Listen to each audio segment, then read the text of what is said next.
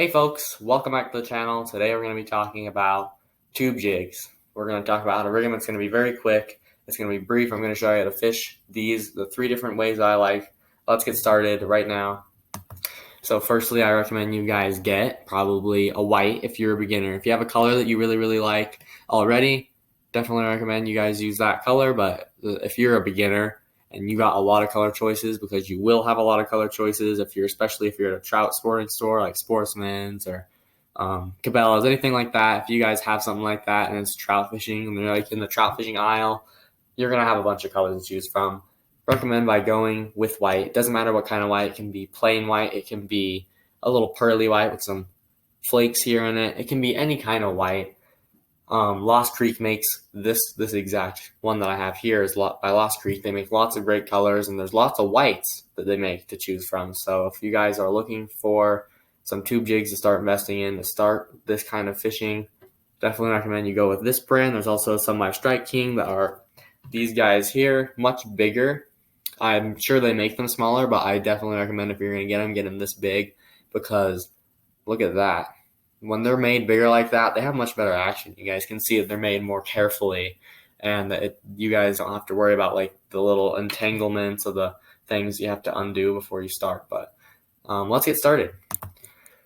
Rigging here is going to be simply putting this through, and this is going to be for the boat rig or the ice fishing rig. These are both the same rig because you guys are going to be doing the same type of method. So as far as the pole use, obviously, you guys are going to be using an ice fishing pole. You guys can see I have one of these little here. This isn't an ice fishing pole. It's very close. This is a Dock Demon.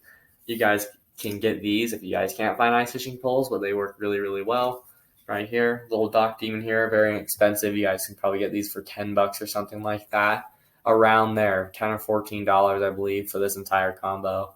As you can see, it comes pre-spool with line.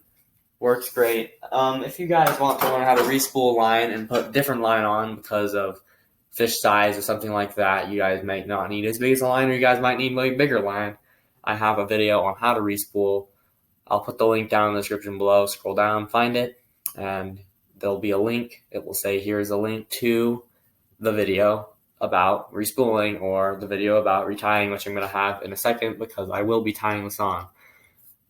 So as you guys can see, I just put this through and pop this out. So this is why I recommend you guys make sure that you tie it after you put it on, because these guys have little side ones. And so if you were to tie it before putting it in, you guys would have line coming through the top of the head, out through the face, and on the line, instead of just having it on the line.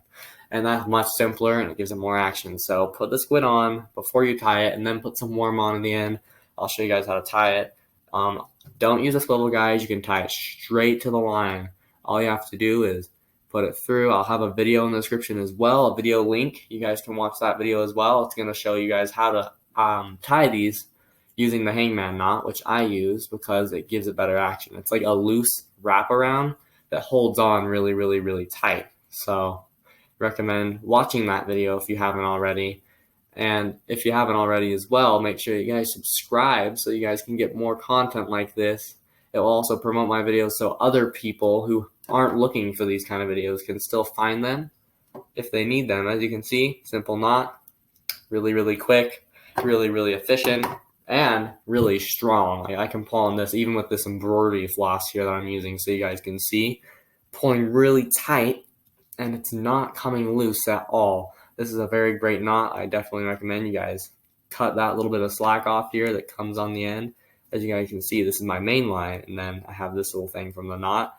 Leave a little bit on so it doesn't untie when fish pull on it, but probably like that much you guys want to leave. Not very much, like not a too visible amount, especially if you guys are using a highly colored line. But if you guys are using clear line or a braided leader or something like that, cut that probably about halfway. As you guys can see, probably cut that half down. This little guy here, little tag end. Put some worm on the end. And for casting, there isn't really casting for ice fishing or for boat fishing. There are casting methods for boat fishing when you're using different things, but if you're using a tube jig, all you do, just drop it off the boat. So you have your pole here, you're just going to drop it and it's going to slide down, and it's just going to fall, and you just let your line go and let the bait pull it down like that. It'll just keep going and keep going and keep going.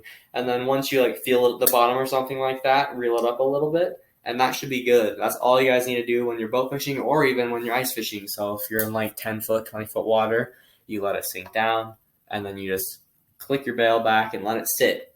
Just a little sitting bait. It requires little maintenance, so it's great if you're ice fishing or something like that. You could just grab a bag of chips sitting on your bucket and just eat some chips and wait for a bite.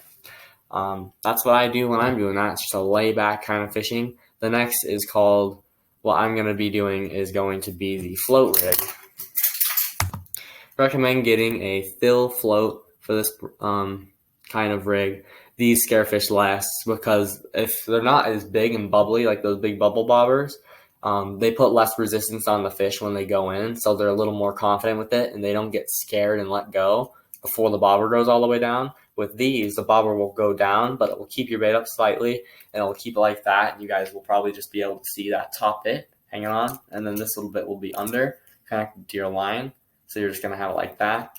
The reason I use the weightless ones is because the bait itself is already really heavy, and so this is a casting type of bait. So what you guys are going to do is you're going to, here's my bait, here's my pole. I'm going to go almost all the way up depending on how deep your water is. My water depth here,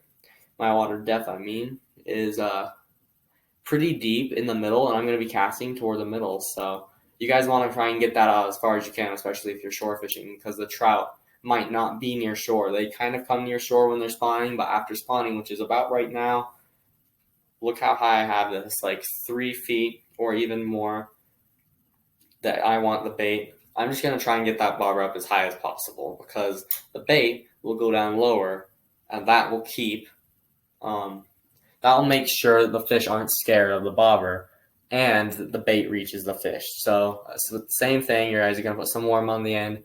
You guys are going to have your bobber on. You're going to cast it as far as you can, and then you're just going to let it sit and let it just wait. You guys can do the exact same thing. It's a layback fishing. It's a sitting bait.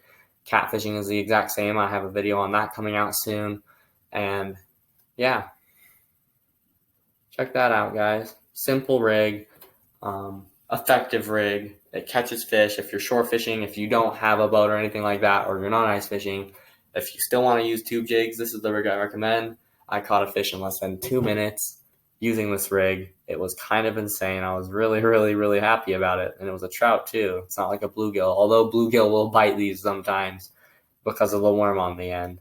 They probably won't really attack it if there isn't, but that's why I put worm on the end, because it will make the bluegill come near it. And when the bluegill start picking at it and can't get it, it actually brings the trout over, and the trout will like just show them how it's done basically, and they just take it. Your bobber will go all the way down. And that's how you know you'll have a trout. You'll bring that sucker in, and you will have dinner or a great fishing day. That's all. That covers it for this video, guys. So make sure you guys like, subscribe, comment down below what you want to see next. And as always, I will see you guys in the next one. Thanks so much for watching. Bye.